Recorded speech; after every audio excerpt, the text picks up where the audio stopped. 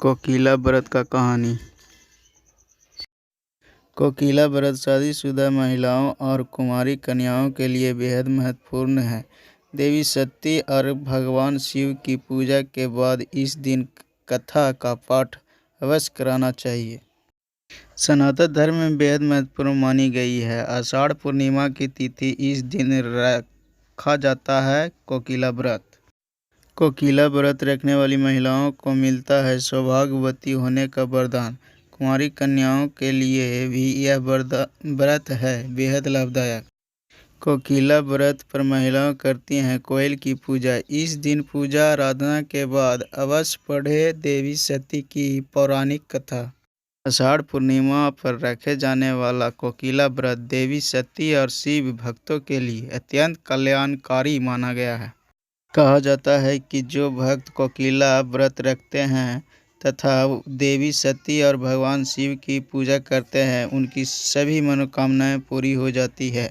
आषाढ़ पूर्णिमा पर रखे जाने वाला कोकिला व्रत पूरे सावन मास चलता है और इस दिनों विशेष अनुष्ठान करना मंगलमय कहा गया है। नेताओं के अनुसार जो महिलाएं इस दिन कोकिला व्रत रखती है उनका सुहाग हमेशा सलामत रहता है तथा उनका वैवाहिक जीवन सुखमय बीतता है। कन्याओं के लिए भी यह व्रत बेहद लाभदायक माना गया है। इस दिन महिलाएं मिट्टी से कोयल बनाकर उसकी पूजा करती है। कहा जाता है कि कोकिला देवी सती का रूप है और इसकी पूजा करना फलदायक है। कोकिला व्रत का फल कथा सुनाने के पश्चात ही पूरा मिलता है, इसलिए इस दिन कथा का पाठ करें। कोकिला व्रत कथा इन हिंदी कोकिला व्रत की पौराणिक कहानी कहा जाता है कि अंत काल में राजा दक्ष रहते थे जिन्होंने एक बार अपने घर में यज्ञ आयोजित करवाया था। इस यज्ञ में राजा दक्ष ने सभी देवी देवताओं को बुलाया था मगर उन्होंने देवी सती और भोलेनाथ को आमंत्रित नहीं किया था। जब देवी सती को इस यज्ञ का पता चला तो वह भी इस यज्ञ में शामिल होने के लिए भगवान शिव से आग्रह करने लगी। भगवान शिव ने देवी सती को समझाया कि अगर राजा दक्ष ने हमें नहीं बुलाया है तो इसके पीछे जरूर कोई कारण होगा, इसीलिए उन्हें यज्ञ में नहीं जाना चाहिए। देवी सती ने भगवान शिव की बात ना मानी और वह जिद करने लगी।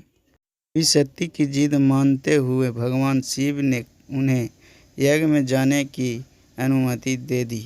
जब देवी सती यज्ञ में पहुंची तब उन्होंने देखा कि कोई भी उनसे प्यार से बात नहीं कर रहा है। किसी ने भी उनका मान सम्मान नहीं किया, जिससे देवी सती को बहुत बुरा लगा। भगवान शिव की बात ना मानकर देवी सती को बहुत पछतावा हुआ और कुंठित होने के चलते उन्होंने योगिनी में आहुति दे दी। भगवान शिव को देवी सती का आहुति का पता चला तब वह बेहद क्रोधित हुए। क्रोध में आकर उन्होंने देवी सती को उनकी इच्छाओं के विरुद्ध आहुति देने के लिए श्राप दिया। भगवान शिव का शाप था कि देवी सती को 10 साल तक कोयल के रूप में वन में भटकना होगा। भगवान शिव के श्राप के चलते देवी सती कालांतर में 10 साल तक वन में भटकती रही और भगवान शिव की पूजा आराधना करती रही। 10,000 साल बाद देवी सती का पर्वतराज हिमालय की पुत्री का जन्म मिला था।